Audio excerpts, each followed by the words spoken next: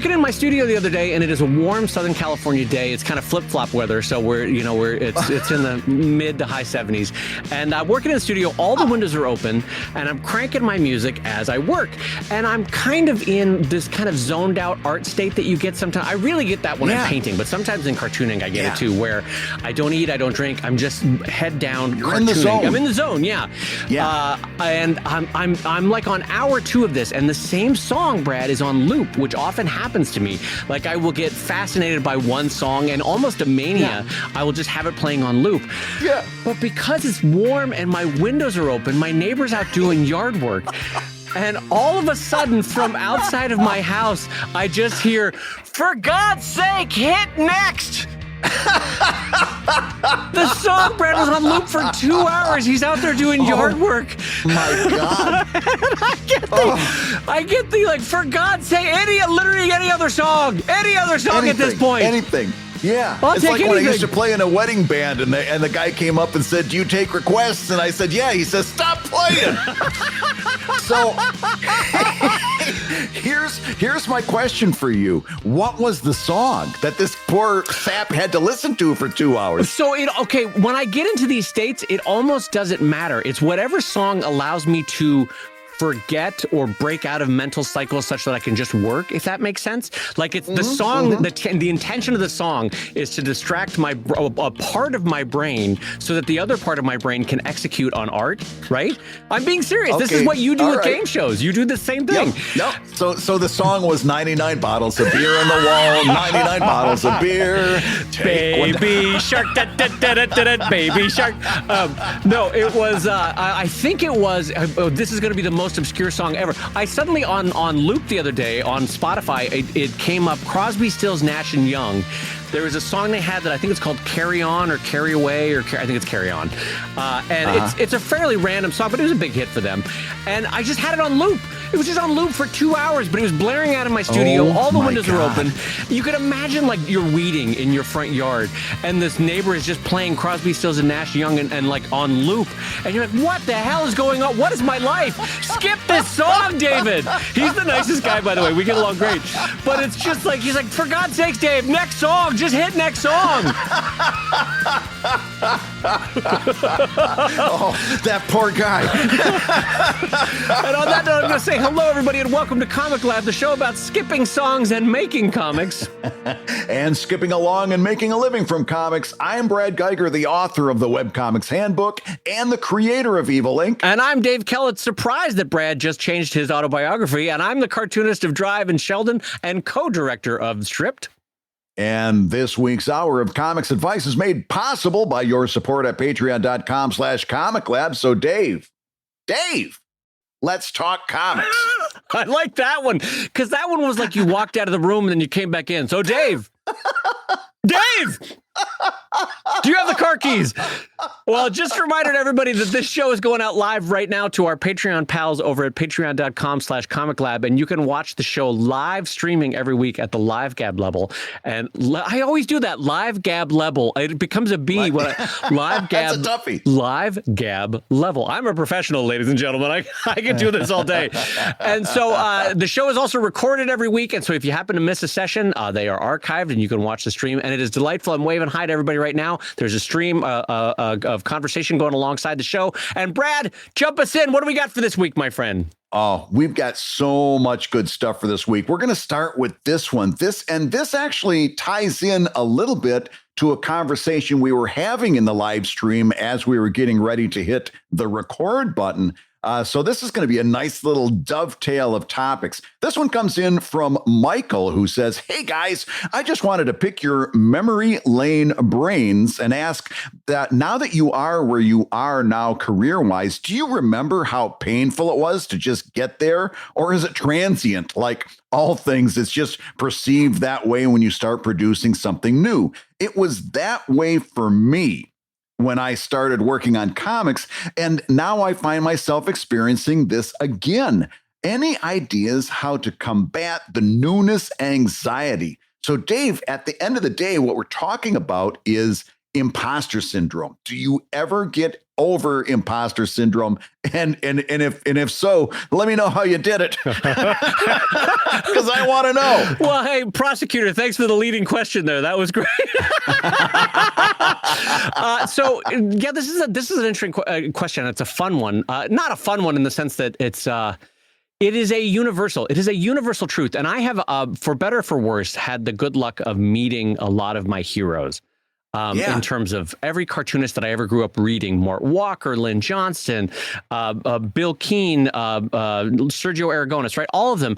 And to a T, Brad, what is both encouraging and depressing is that all of them still have imposter syndrome, whether they're in their 40s, 50s, 60s, 70s, 80s. And I, if I'm being honest about it, still have it now. So when this question asker says, hey, Dave, now that it's largely passed for you, it is true that it lessens over time. That voice quiets as you go, and you sort of achieve a certain piece of like, oh, I'm doing it, I'm making it. But I, in terms of the memory of it, I will say there were many years, not one, not two, but many years, 5 to 10 years, where I would go to sleep every night. And it was like my last big thought was, God, I really want to make it in cartooning. And kind of I would wake up in the next morning and I would have whatever the day's anxieties, but I'd also be like, God, I'd really love to make it in cartooning, you know? So I do absolutely remember that phase of my life. And I will say, encouragingly, the voice fades, but I will also say in a way that is also encouragingly, it doesn't fade even for the greatest heroes you have ever known in cartooning. Yeah. That sense of imposter syndrome, that anxiety of like, am I doing it right? How do I do better? How do I be the best I can be? Brad, how about you? How do you, or can you, or have you shaken that anxiety or the sense of imposter syndrome in your work? Well, it's it's really difficult. There's two thoughts that I've got here that I want to share. Number one, the best advice, if I can give you advice, because like I said at the beginning, I don't think I've shaken mine either. But if I had any advice to give you, this is how I deal with it when it's really affecting my creative process. And that's when I was a kid, I used to be scared maybe there was a ghost in my room, right? Yeah. Or a monster under the bed. Yeah. And my parents would come in, and the first thing they do is turn on the lights. And once you turn on the lights, all those shadows recede, right? That ghost in the closet isn't a ghost. It was just a coat that was hanging there. There's no monster in your bed. Or is that what the ghost wants you to think, Brad? Don't do that to me. I just got over that. But no, the first thing you do is turn on the light and take a look at things clearly. And that's my first advice to you. Yeah. If this is affecting your creative processes, turn on the lights. Take a look at things clearly. Take a look at what you were doing a year ago and compare it to what you're doing today. Yeah. There's going to be a significant difference. Take a look at how you, at any number of metrics, whatever metrics you want to use, whether it's I wouldn't advise putting all of your value into social media, but if you want to see, hey, I've gotten more Twitter followers over the time, or my web traffic has gotten more, I've got more subscribers, I got more of this, I got more of that. That's always good too, those kind of metrics. But even more important is self-satisfaction.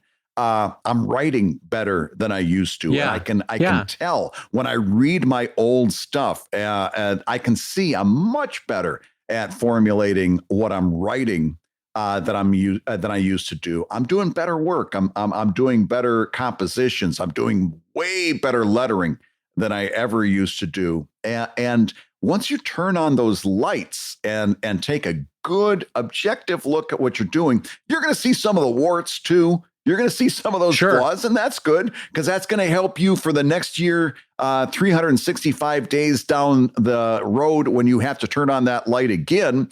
Seeing the words now is going to help you get better so that you'll see another span of improvement.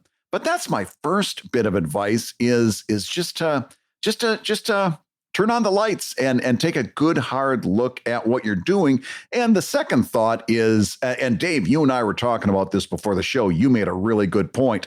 And that is that when we were kids, we assumed everybody knew what they were doing, right? All the adults, including all the parents. adults. Yeah, all the adults. They all knew what they were doing. Yeah. And then we grow up and we find out, nobody knows what they're doing. Everybody's winging it. Yeah, everybody's winging it. And so you, if you logic your way through it as an adult, you're like, because you think that, like, okay, this major piece of art, like, let's just grab one, like Star Wars. You think like, oh, all the decisions that that went into making Star Wars, they were surefire. They knew what they were doing. They were, that was an artist that was had a complete surety and nailed it.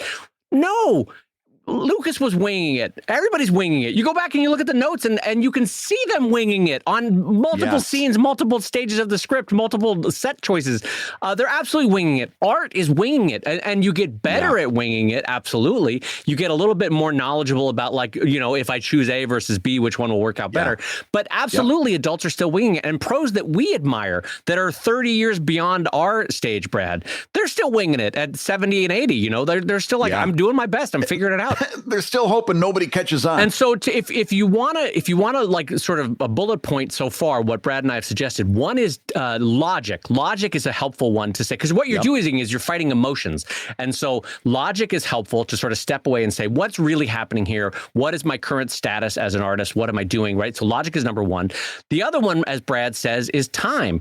Time. It's not as helpful for you because you're starting, but you go out 3 months, 6 months, 9 months, and you look back at your work, and that emotional separation from that original point of creation will let you look at it more logically, more objectively, and you'll be able to say, I see what I'm doing wrong, or, oh, I see that I'm making progress, or, oh, I see where I can improve, right? All those things will happen objectively with a passage of time. And then the third one is to know that everyone's winging it, and so you are not alone. There is comfort in knowing you are not alone, and that no matter what kind of art and what new project you're starting, you are not alone in feeling that anxiety and imposter syndrome.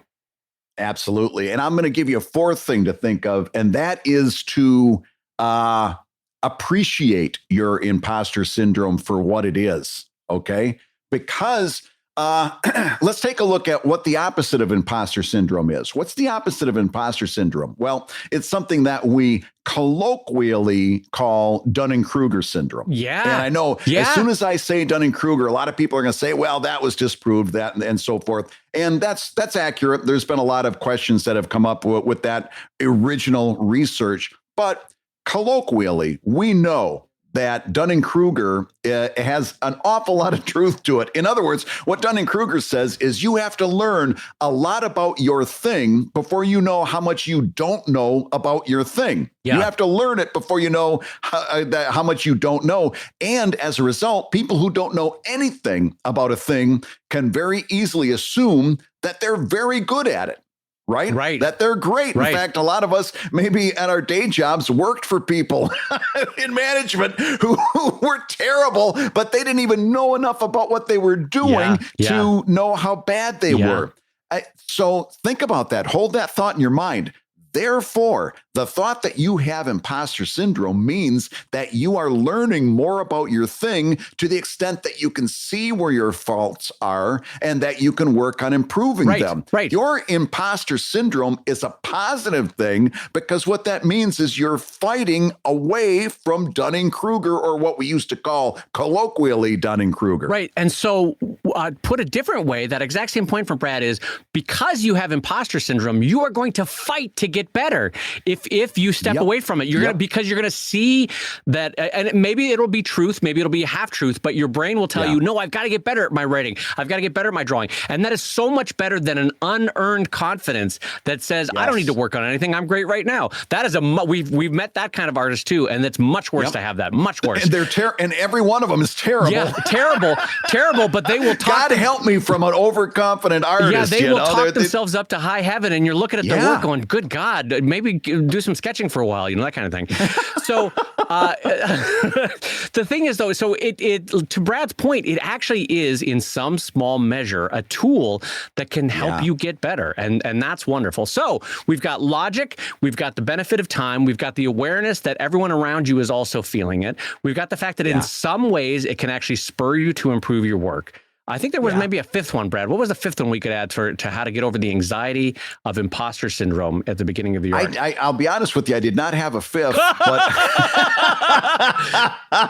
well, I think it's this. It's that it's the knowledge and awareness that it is the unfortunate truth of human existence that even someone who is inarguably the master of their craft, whether it's Watterson, whether it's Miyazaki, whether it's Romita or Kirby, even at the end of their days, they a little bit felt Impostor Syndrome. Miyazaki, when he was like 75, he's like, someday I'm going to become a good animator. And you're like, good God, when do we get to enjoy it? And so part of it is the logic of telling yourself, I do get to enjoy the fact that I'm drawing, I'm creating. It's hard, it's a fight, but you've got to be able to tell yourself, I get to enjoy doing this. I am worth doing this, and my art is worth it, and I get to enjoy this. Yeah, and that's fair. It's fair to take a little self-satisfaction in your work. Yeah. You know, it's okay to do that. So Dave, I've got another question from another one of our Patreon backers, and this is super interesting to me. This comes in from Kai, who says, and they mentioned a specific person. I'm not going to talk about that person, but the situation is rich for discussion. Okay. This artist decided to remove the paywall for their Patreon, asking people to take a look and support the art if they like what they see. And Kai says, I'd love to hear what you think of this move, and if you know of any artists who have tried it. And he says, thanks, Brad and Dave, for always putting on such a fun and informative show. Listening to ComicLab always brightens my day. This comes from Iowa City, Dave, just east of Dave's favorite place, Des Moines. Oh, Des Moines is so great for a joke. What a great, I know. Yes. And by the way, if you're listening to this and you're in Des Moines, just know that your city is a great joke name. It's like Susquehanna. It's a great Susquehanna hat company. Right. That's such a great. Or Dubuque. Dubuque is another great one. A beauty. Albuquerque, also fun, although it's real. It has to be spoken, not read. Albuquerque's read is an impossible word. Anyway, Des Moines is a great sort of nowhere and everywhere name for a joke city. It's perfect. Anyway, so to get to that question, here's the thing. If my spidey sense is right, here's what was probably happening with that artist. They had reached probably a personal plateau with that Patreon, and they were looking around the horizon like, what can I do? What can I do? And they said, what if I just set the paywall free? Everybody can read it. They'll love it so much that they'll sign up. Now, on some level, you can say like, all right, I can see the logic behind that. It's sort of a, it's a Costco sampler that gets you to buy the 40 pack of sausages that you then regret because they're in your freezer forever. But that was maybe a little bit too personal to Dave Kellett's life. I don't know. That was very, very specific. Brad, by the way, do you want to come over for some sausages? I got some extra ones I can barbecue up. But here's the thing. I think there's two ways to think about a Patreon, and the truth is it's not a hard and fast line. All of us kind of bleed into one another, but there's two ways to look at it. Yeah. One is a purely support-based Patreon, and the way that works is you have built up a massive audience. Yes. And what you do is a percentage of those people are basically just giving you a tip jar. It's $2 pledges, maybe a couple of $5 pledges, but they just like your work. So out of 200,000 people, you'll get 1,000 people that will basically be a support Patreon group, and how lovely that's enough to make an income from, right? Or the second one is that there's stuff behind a paywall. There's exclusives, there's early reads, there's sneak peeks, there's extra bonuses of this or that, right?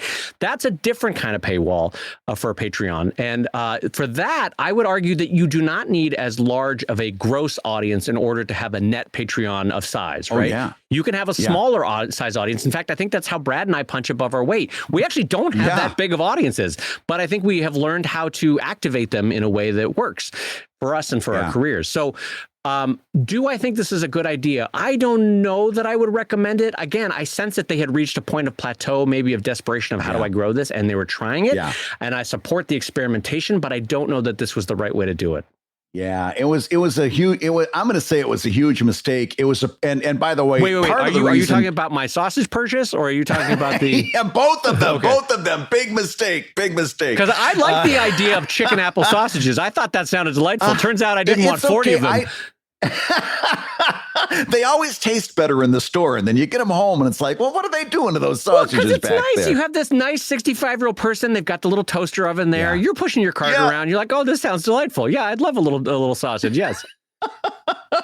Well, in terms of the Patreon approach, it was a predictable mistake. And if you, I looked at, we've told people about Graphtreon before, right? Where you can go to graphtreon.com and see, based on the public numbers, how the different Patreon campaigns are doing over time. And it's based on public numbers, so it's not 100%, but it gives you pretty good indication, ballpark, at least of things going up and down and so forth. This one fell off a cliff. Did it? The Patreon went straight down. This specific one, it went straight down? Yeah. Oh, God. It was, It was, and it was predictable. It was predictable because, again, there was two things, and one of which you alluded to. It's the difference between a support-based Patreon and an exclusive reward Patreon. Right. And to do a support base, I'm going to go along with you to a certain extent. You have to have monster numbers to do a support base because, like you said, only a percentage or a fraction of a percentage are going to participate. Right. But I think we need to add one concept in there. It's not just about monster numbers, because if you look at this person, they've got 18,000 followers on Twitter.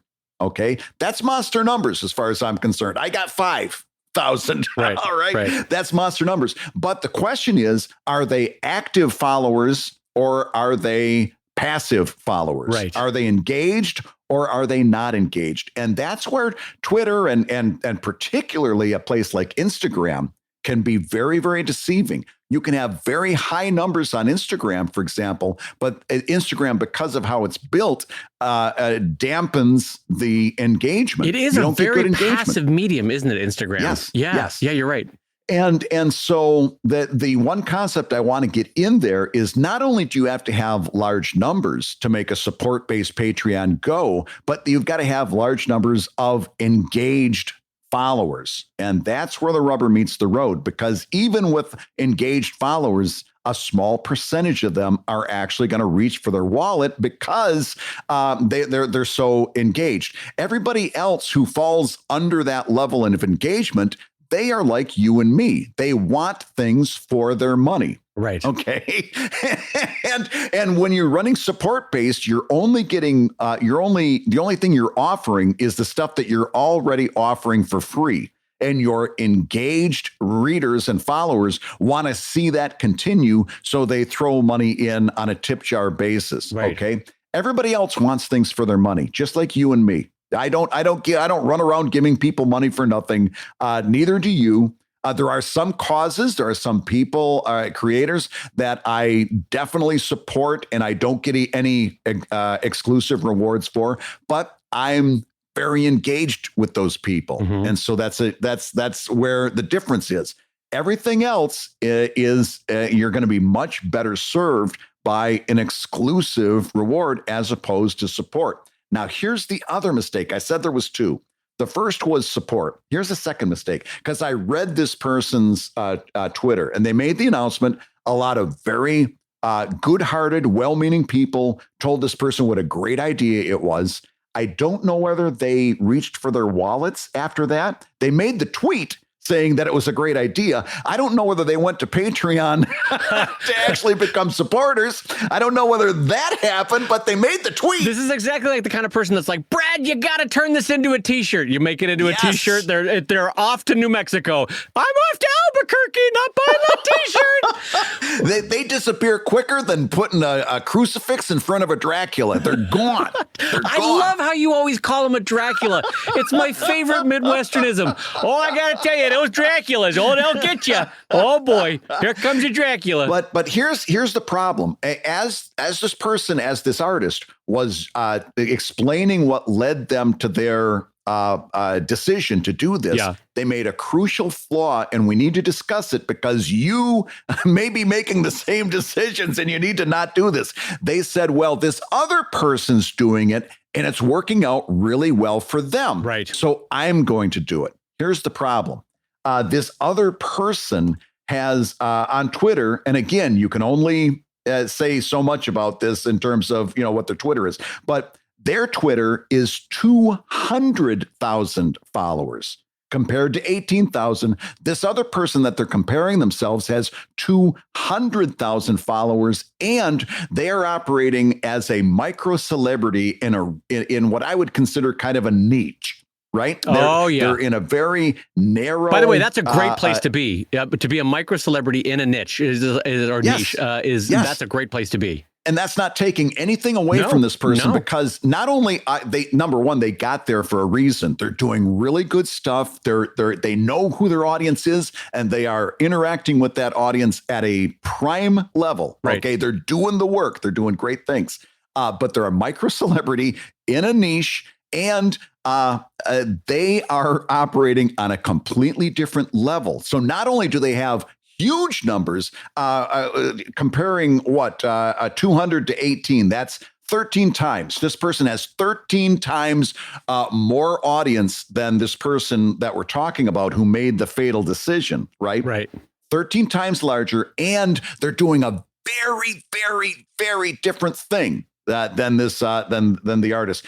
That's where we talk about cargo cult decision making, right? Where you say, I'm going to do what that person's doing because it's successful. You don't take the time to understand the why behind the what. You just make the same decision that they did. You don't understand why it's working for them. You're just making the same decision. If you go back and listen to the Big Mistakes show that we did a couple episodes ago, and when I talked about my mistake of pricing my first book based on Marvel Comics pricing, right, because I didn't take the time to understand the why behind the what, that was the same kind of mistake. All right. And you have to be very, very careful when you catch yourself making this kind of decision process, because when you make a decision because somebody else made the decision and you haven't dissected it, you're setting yourself up for exactly the kind of failure that happened to this person. It was predictable. And if, like me, you were listening at home and super impressed that Brad did the math that quickly, saying that it was 13 times what the other readership had,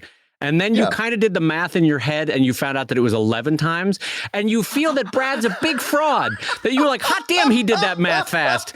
He did that math so fast, 13 times. Good for him of being quick on the math. And then you kind of quietly sit on the podcast and you do the math in your head, and then you realize, no, Brad's a liar. He is a liar. That's 11 times. And then you start to question, well, what the hell else is Brad saying that I shouldn't be listening to? He was so sure of that 13 number, and he busted it out in seconds, and I was like, wow, that was quick math. I tell you what. You actually checked my math? God.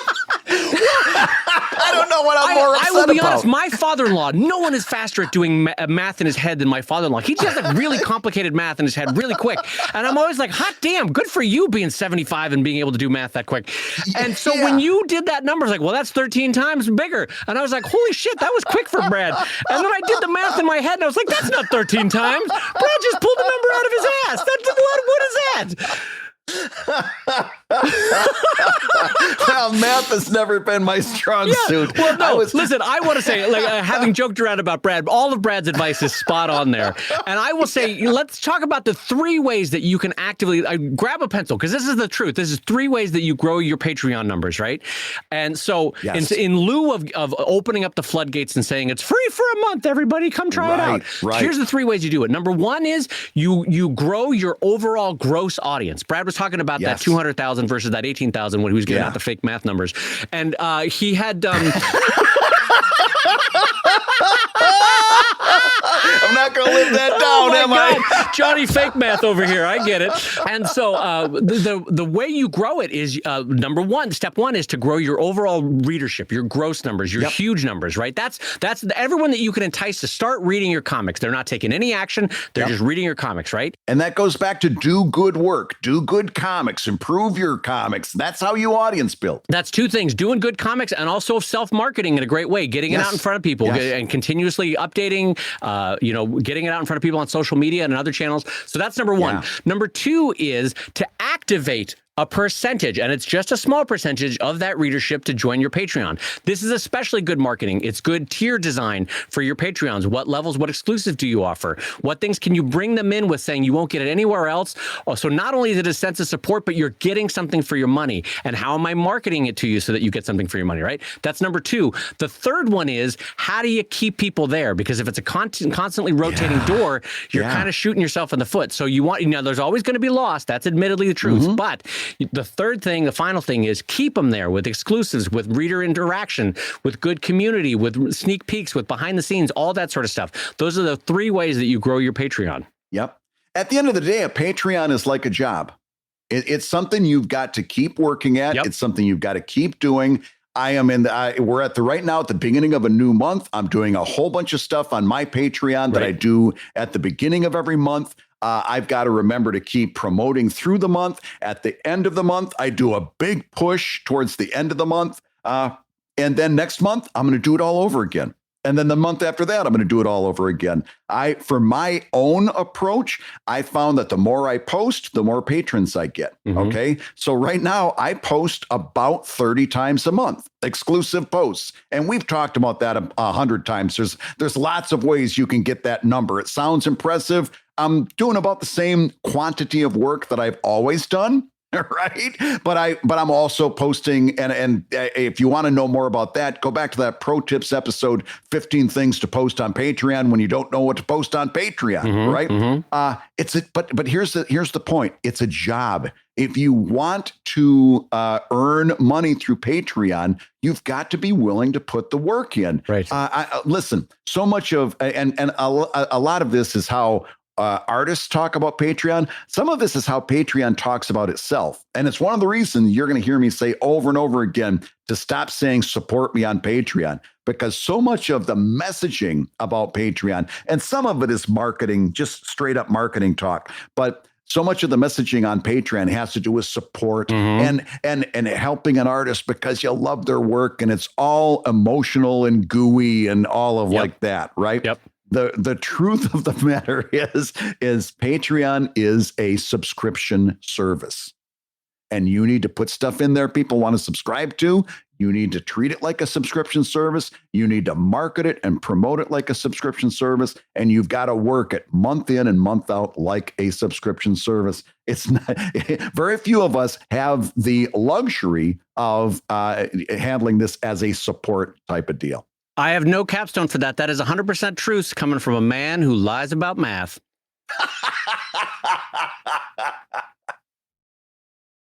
Hey, if you're listening while you work, take a minute to stand and stretch. And while you're doing that, we're going to tell you why you should join us on Patreon. When you do, you're going to get hours and hours of podcasts that we've recorded just for backers. And exclusive Patreon posts that go even deeper on ComicLab topics. And access to our exclusive Discord server, which is a thriving community of professional cartoonists. So you can support the show you love and get tons of actionable resources for your own cartooning. And listen, if you can't swing a pledge this month, we get it.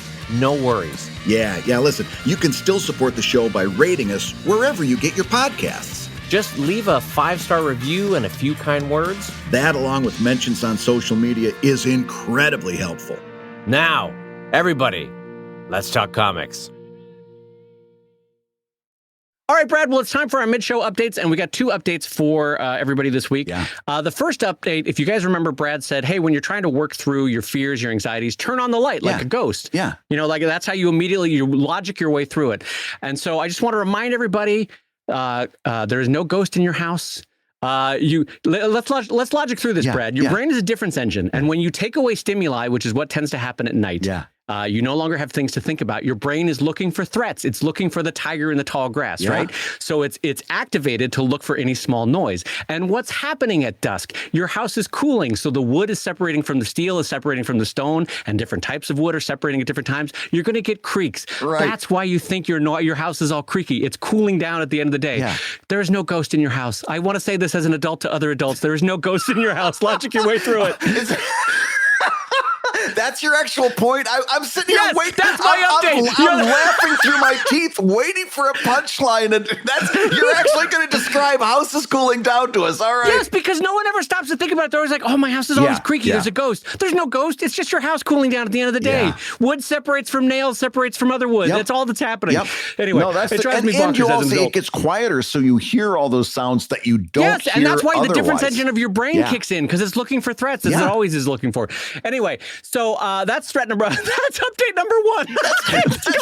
That's threat number 1. What's threat number 2? The second update, I just want to point for anyone who is not a sci-fi reader, and honestly, even though I write sci-fi, I don't read that much, but I wanted to point out a great thing that I saw happening in the last couple of months, which is Brandon Sanderson's Kickstarter. $41 million, Brad, for his Kickstarter. $41 million.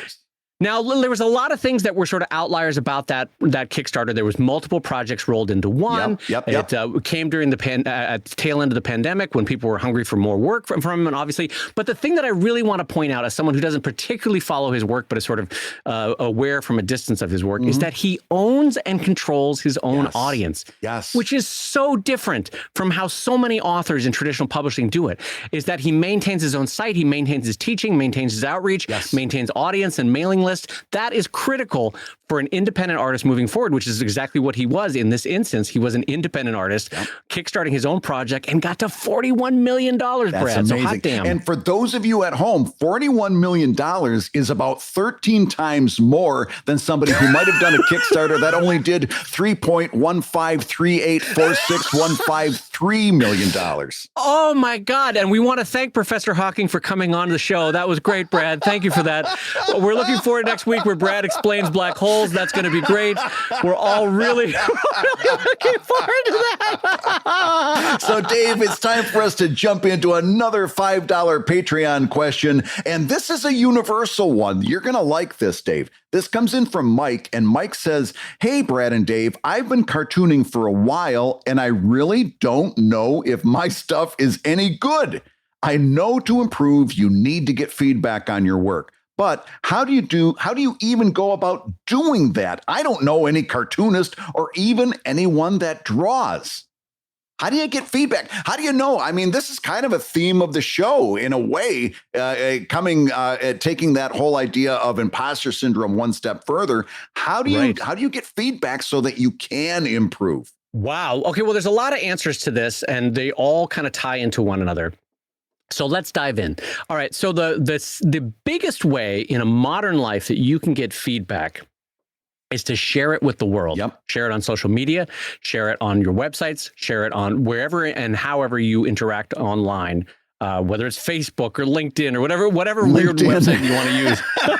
LinkedIn, Yelp, Craigslist, however you want to do it. No, social media and your websites. That's number one. That is the big swing, because here's the thing. Strangers aren't going to lie to you. If they don't like it, they're not going to share it. If they don't like it, they're not going to give you feedback. If they don't like it, they're just going to move on. And that is the ultimate test, is sort of, can a stranger reading this cold enjoy it, right? So that's test number one. The other thing that I would recommend is that as you, depending on where you live, there are both physical and digital resources that you can tap into that both help you improve your cartooning and help you get better. Number one is a lot of community colleges offer cartooning classes, and if not cartooning classes, basic illustration classes.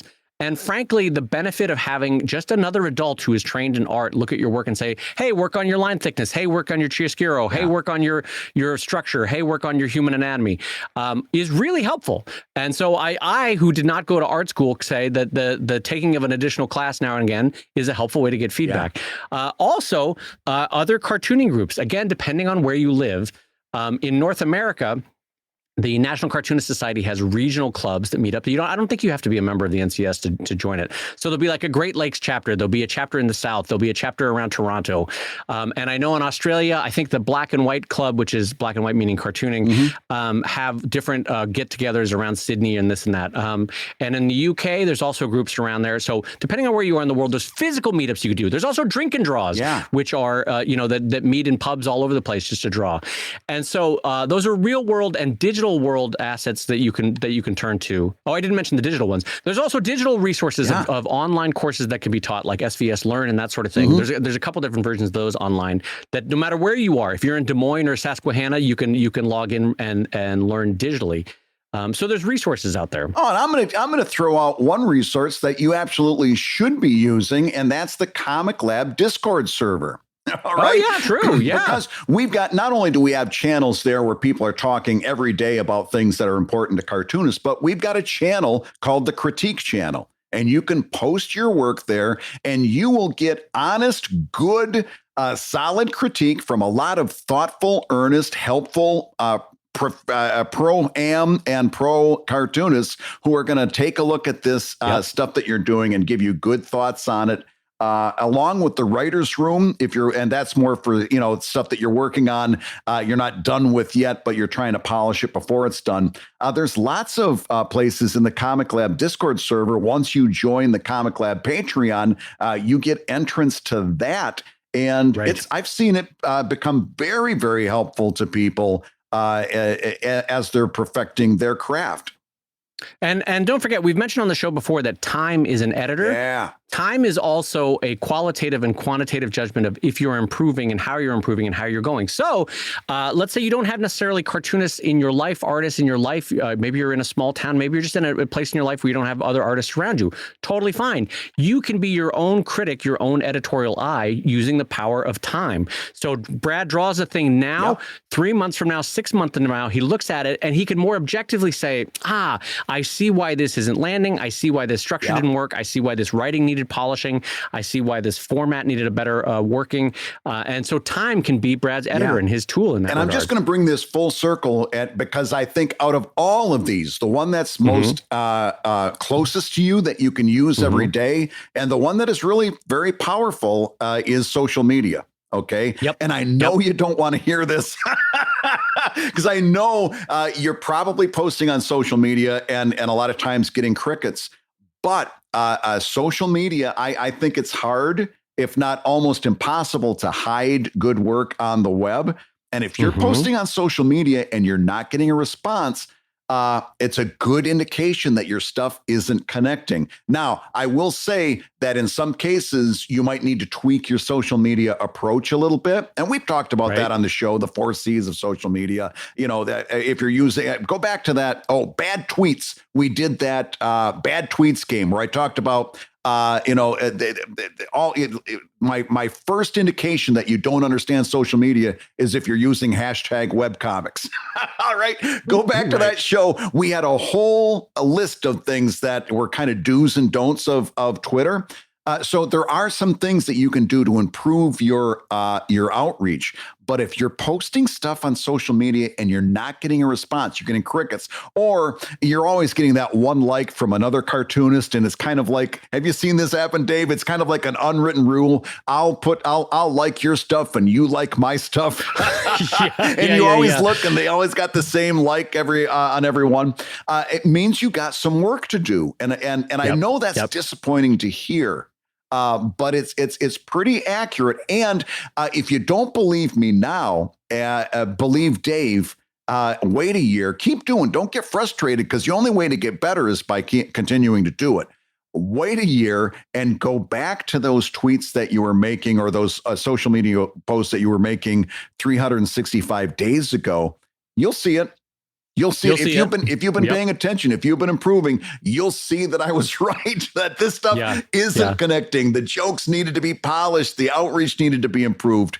I really do believe that, as much as it's always, every time I do a consult with somebody and I tell them this kind of information, they don't want to believe it. They don't want to hear it. They want to believe that it's the algorithm keeping them down. They haven't found the right hashtag. You just need to plug through. This stuff takes a long time to find your footing. Don't get frustrated. You'll get there. But social media is a really good indication. Right. And I can imagine some of you, the response would be, okay, social media is a good indication, but I only have 25 followers right now. That's not enough. That's not enough of a group to get a sample test from. And you might be right about that. Yeah. So I would offer up another solution, which is if you do 2 subreddits, R Funny and R Comics, you're at least guaranteed to get in front of a few hundred to maybe a few thousand people within an hour, and is Reddit fickle in the sense that you could post the exact same comic at different times of day and one will get to the front page and the other one will get ignored into history? Yeah. Absolutely. Yeah. But you do it enough times, dozens of times, hundreds of times, you will have a percentage of your comics hit and you'll start to see why are they hitting, and you'll see comments below of like, I love this joke, but, or, and not all of that needs to be internalized, as we've said before, but at least it's feedback to your question. You're getting feedback and commentary on Reddit in both R Comics and R Funny. Yeah. All right, Brad. Well, here's our next question coming in from Jack over at patreon.com/ComicLab. And Jack writes, hello, dear hosts. Have you had your eyes on Zoop? ZOOP. It's a Kickstarter competitor for comics that seems to be trending in the right direction. They started in 2021 with curated projects, but have opened it wide and seem to be finding success connecting with some bigger names. While Topatago remains invite only as it scales up, is this what indie creators have been looking for since Kickstarter niftily burned up its trust? Cheers, Jack. So, Brad, Kickstarter versus Zoop versus Topatago. What are your thoughts on this, in broadly speaking? Okay, so there's about 4 things that we need to address in that question. The question. Wait, now hold on. When Brad says 4, remember, as a master of math, that means there's 16 points that Brad wants to make. That's right. There may be quite a bit more, but before I get it done, but there's so much in that question that needs to be unpacked. That in the same way, remember how like understanding why switching from a support-based Patreon or switching to a support base, we could predict a bad outcome. There's a lot of stuff here that we can predict bad decision making just because of the way this was phrased. First of all, I'll answer the question. Nobody's looking for Zoop. Zoop is not a player at this point. Game over. I will be honest. I, who try to keep my eyes wide, had not heard nor seen nor gotten an inclination that Zoop existed. Yeah. But let's unpack this. First of all, it's a Kickstarter competitor for comics. Right there, right off the bat. Bad deal. Let's talk about why. I am not looking for a crowdfunding solution that is focused in on only comics. It sounds logical, right? Hey, I do comics. I would look for a Kickstarter competitor that is made for comics. Stop. It's a terrible idea. Let's talk about why. Let's say that I was producing forks. Okay, forks. And a crowdfunding platform comes up to me and says, hey, Brad, we've got the perfect crowdfunder for you. It's all for people who eat steak. Now, since 100% of the people who eat steak use a fork, you'd think that's for me. That's what I'm going to have. But I don't want just the steak eaters to buy my fork. I want the salmon eaters. I want the pork eaters to use my fork. I want the vegans. I'm going to be honest with you. No joking. I want the soup eaters to be in there as well, because maybe they're going to take a walk on the wild side and try a fork, right? I want all of those. And if I've got a crowdfunding platform that's just focused on comics, I'm foregoing all of those user base people that might be interested in what I'm doing. In other words, you want a wide user base. Now, if you think I'm wrong, prove it to yourself. Next time you do a reader survey or a reader poll, and you should do them every year or so, just to keep in touch with your audience, ask your audience this: how many of them have a regular poll list at their comic shop? Or question number 2, how many of them even know how to find their local comic shop? And question number 3, how many of them make monthly purchases on apps like Comixology? How many of them, in other words, consider themselves comics readers? You're going to be amazed by the results, because very few of them actually consider themselves comics readers. That's a really good point. They consider themselves all kinds of things, but they're not necessarily comics. You might be the only comic they read. So but you know what? And just to jump back for just one second, sorry to interrupt you, Brad, because you had ahead of steam. But there are a lot, like, remember we talked about that person before who had 200,000 people and were a micro celebrity in a niche. Right. Remember, a lot of those readers, to Brad's point, they don't necessarily come for the comics. They come for the fact that the comics are talking about that niche, right? So if they're all NASCAR fans and it's a NASCAR comic, boy, they're going to read a comic, even though they're not comics readers. Or if they love Victorian fashions, and this is a comic about Victorian fashions, that is the one name they know because it's the one micro celebrity in their niche that does comics about Victorian fashion. So anyway, Brad, keep going. Here's the next thing we need to unpack in this question. They started in 2021 with curated projects. Number 1, I do not want to have anything to do with a crowdfunding platform that launched in 2021. I'm sorry. There's too many things that need to be worked out. And 14 months is not enough time to do it. They don't have, if you go back, and it was episode 213, Kickstarter's blockchain announcement, you'll hear me say that whoever wants to compete with Kickstarter has got to bring two things: trust and a big user base. Okay. 14 months isn't enough time to build the kind of trust that you need to have for this, and certainly not a user base. So I want nothing to do with something that was launched in 20, and that's I'm saying 14 months as if they launched on January 1st, 2021. It's not enough time. Number two, or no, we're up to number three. They seem to be finding success connecting with some bigger names. If I disabuse you of any thought process, it's, hey, there's big names involved in this, so it must be good. Okay. We saw that with Substack, not just last year.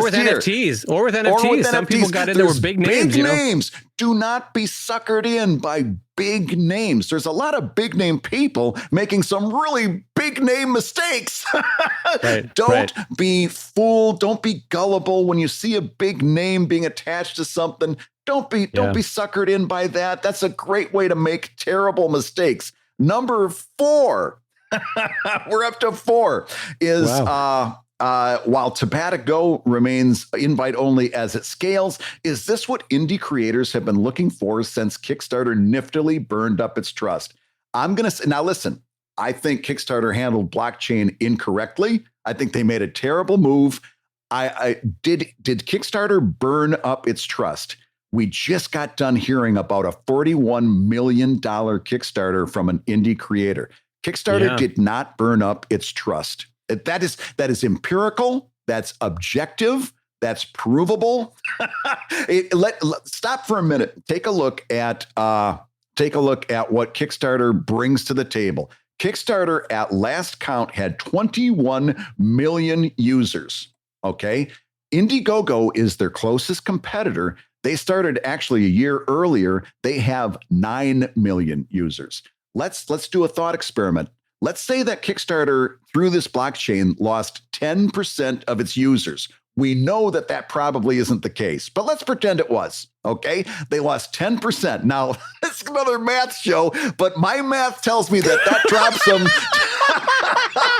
Please, I know you'll check me, Johnny Calculator. That drops them to 18 million, right? Because it's about Stop it. You said they were at 47 million? No. You said no. That's Brandon's number. Kickstarter was at 21 million. Oh, 21 million. So if they lose 10%, that's 2 million. That takes them down to what, 18 or 19 million, right? 19, yeah. I just want to say 18 because let's say it's 18. Let's say it's more than 10%. Let's say it's 15. No, 18 is a better number because the point still stands. Indiegogo has 9 million. So if they lose more than 10%, they still have twice as many as Indiegogo. Oh, I see. Yeah. Math I can do, 9 and 18. And how many, what's the user base? Probably going to be for Zoop. They've been around for 14 months? What do they, how many users do they have? 3,000?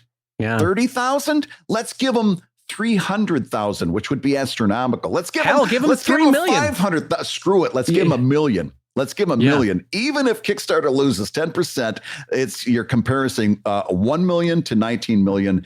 And if you want your crowdfunding project to go over to the greatest extent, you've got to take into effect the user base. You've got to take that's got to be a part of the conversation. And to pass up somebody that's with 19 million users for somebody that, let's face it, there's no way they've got anything close to 1 million is not a good decision. Yeah, all of this comes down to pragmatism, which is Brad and I's argument with Twitter, even though we distrust Musk and taking over Twitter, even though we don't like Kickstarter with their NFT and blockchain, not NFTs, but with their blockchain discussion. Well, they go right on down to Gumroad with the NFTs. Yeah, Gumroad. You've got so many of these come down to pragmatism, which is corporations are going to make bad moves, corporations are going to stumble, but pragmatically, what's the best route for you to pursue your career, right? So pragmatism, that's number one. The second one, though, is that even though Brad came at this with a head of steam, I think even he and I would willingly acknowledge Are we glad that Zoop exists? Sure. Absolutely. Because I always want the market to have competitors who are going to be upping the game and forcing Kickstarter to improve in the same way that I want any competition for any industry. Yes. You don't want monolithic and monopolistic companies to rule the roost. I want Topatico to do well. Yes. I want Zoop to do well. Yes. I want Indiegogo to do well. That doesn't necessarily mean that I'm going to throw my hat in I don't like want Brad to be said. involved in it. Yeah. Well, no, yeah, absolutely. Somebody I else don't. can be involved. To in Brad's it. point, I definitely don't want to be the first adapter, No. especially with a crowd. No. Because remember, and this again ties into an earlier part of our discussion, it 100% relates to the Patreon discussion where I said the first thing you want to do is have the biggest overall gross audience, Yes. your overall user base. And Kickstarter brings 19 million people that have stored credit cards and data in there, right? And so that's just demonstrably a much bigger audience of a user base that you can pull from, both existing readers and new readers, for your Kickstarter project. And so Zoop just doesn't have that. They just don't have it. And so, yes, you can drive people to Zoop, but in such a situation, you're doing Zoop a favor. Right. They're not doing you a favor, you know? And there's only one type of person that really is going to be affected by this, and that is. And by the way, I'm not looking down my nose at this. I totally get it.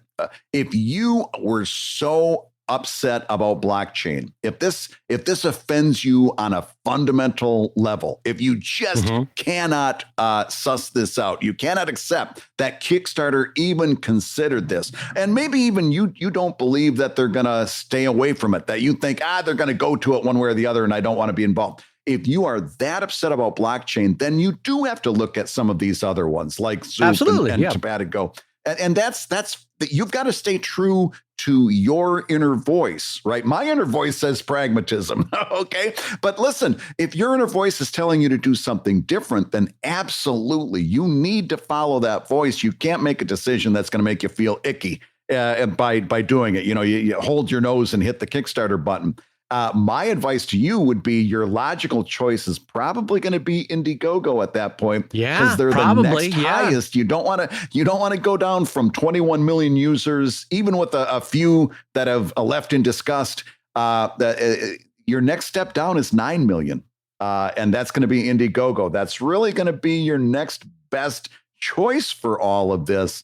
But listen, if your inner voice is telling you that you cannot stay on Kickstarter because of the blockchain thing, then follow that. But make a good decision. I think that the pragmatic decision from that point on is going to be Indiegogo.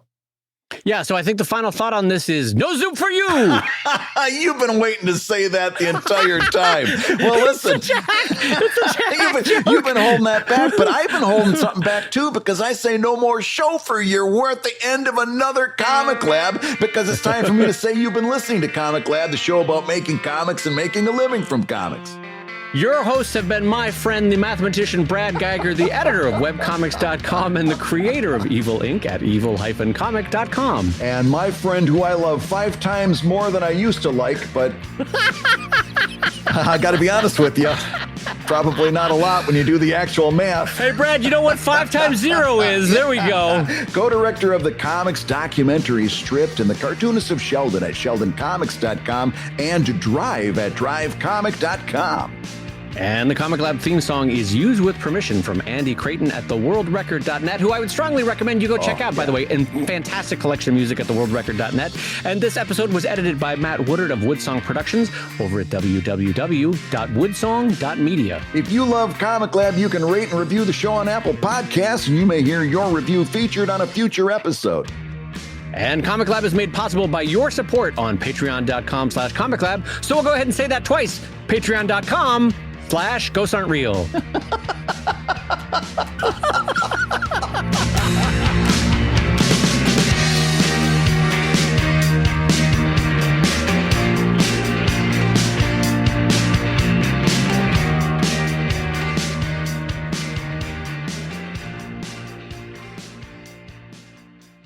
I love how you took time out of the show to explain to adults that ghosts aren't real. Isn't that stupid that was important to me to fucking clarify? I'm waiting for a punchline. I'm like, where is this going? And no, it's Dave very earnestly explaining that ghosts aren't real. Hey, The most wasted 3 minutes that we've ever had. Yeah, I know we just got past March, but listen, you don't have to worry about leprechauns. Those of you who, that was probably just a speed bump. It was probably a legitimate speed bump. There's no leprechauns. Brad, I'm going to tell you something that no one else in your life is going to tell you. The Easter Bunny did not bring you those eggs, Brad. That was your grandmother. There is no such thing as the Easter Bunny. Well, no, my grandmother's dead. It was a ghost. Oh, God. Oh, rest her soul. See how I brought it full circle? That's a professional right there.